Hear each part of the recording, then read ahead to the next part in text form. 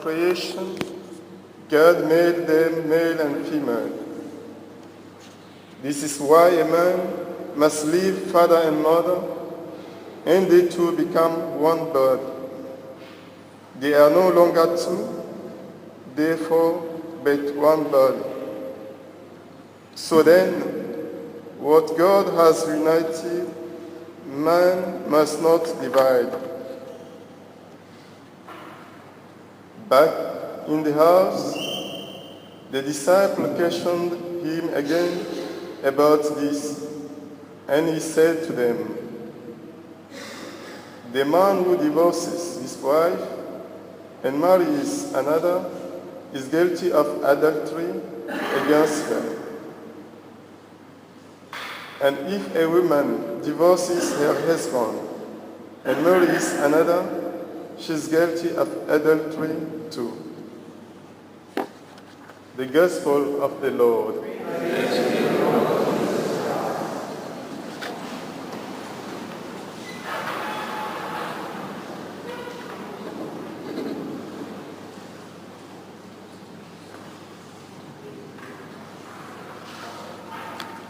I want to believe that it was God's will, providential, that the Synod of Bishops in Rome, who will be discussing during this month and this week especially,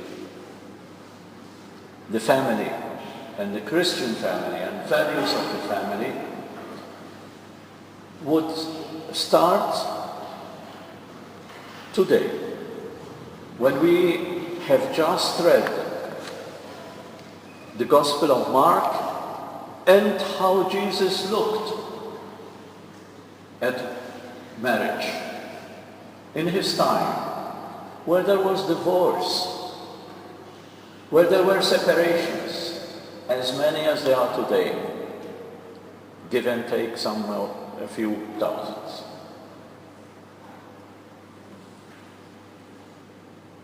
What we call today a separation was not the same as it was in the time of Jesus.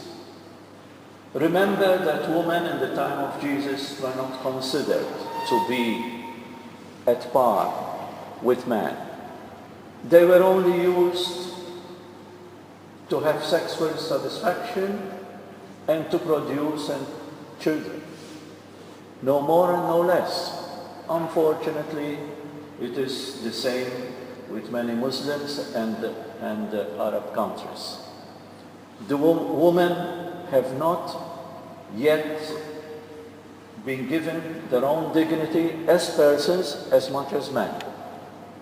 We thank God that through Jesus Christ, through Christianity, we have built values in the Christian bond of marriage, and we have given dignity to woman, as Jesus had given her in her time.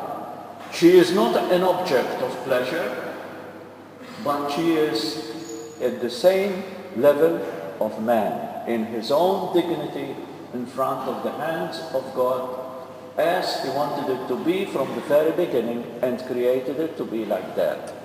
Jesus did. And that's why Jesus spoke to them. First of all, he was suspicious, to say the least, of the intentions of the Pharisees who put that question to him. They only wanted to entrap him, to find ways and means to eliminate him from their society, because he was uncomfortable. They caused them too much trouble in their social world and politics. But Jesus reminded them that it was because of the heart of man. It was because they did not understand exactly what God created from the beginning. God created man and woman to come together as one in marriage so that they complete each other, so that they are whole, and so that they create a family, a community of love.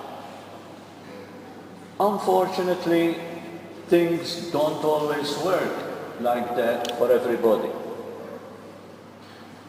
But for the majority of people, as you can vouch yourself, there are people, yes, who have given their word and their commitment of love forever, and they have remained so for many, many, many years.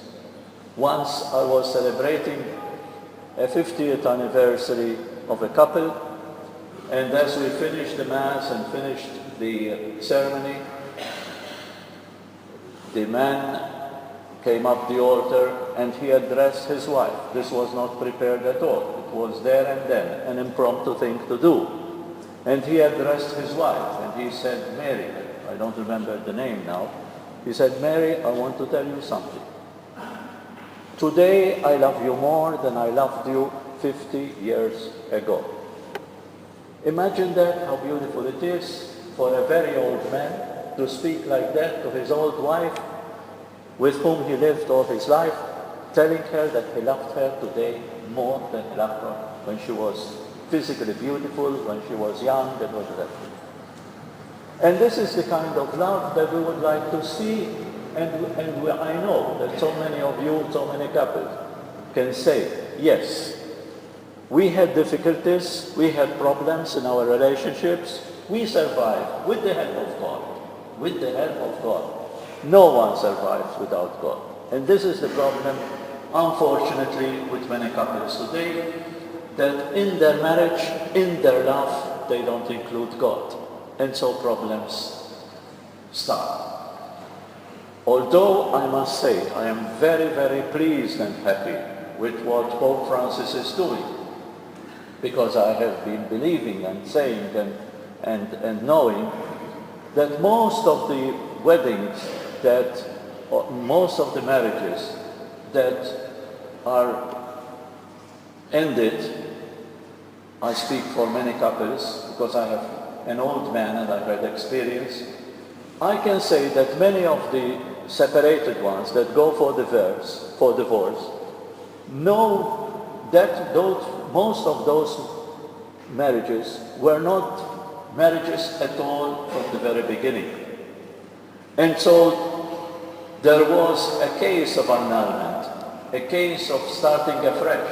And so there is nothing wrong in divorce, and there is nothing wrong to start a new relationship.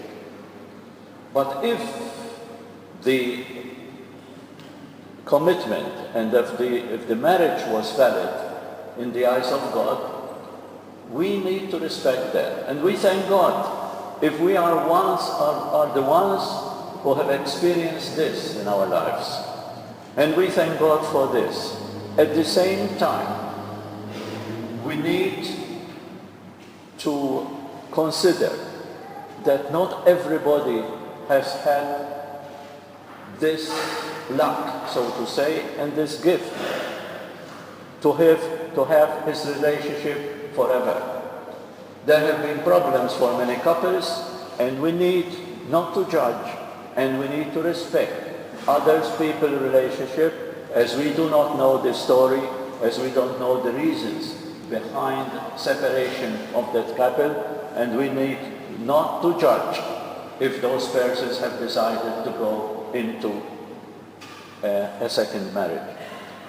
So this is what Jesus did in his lifetime. I believe that the church in these coming weeks, and I hope that she must reconsider the way we look at the family, the way we look at love in the family, in the Christian marriage.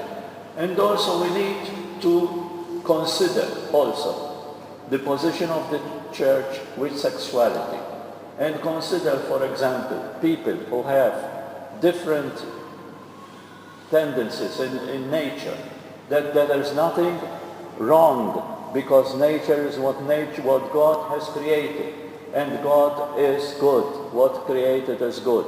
So we are not there to judge any person who is gay or who is different from us. This is what the Church must do today, and speak only of love, of respect of each other in the whole global consideration of a life that we need to live according to God's will. This is what God wanted us to do, and this is what I hope that Pope Francis will guide his bishops to consider during these coming weeks.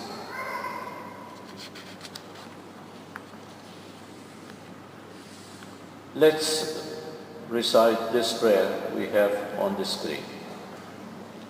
God has joined us, each to each, in a union that cannot be breached.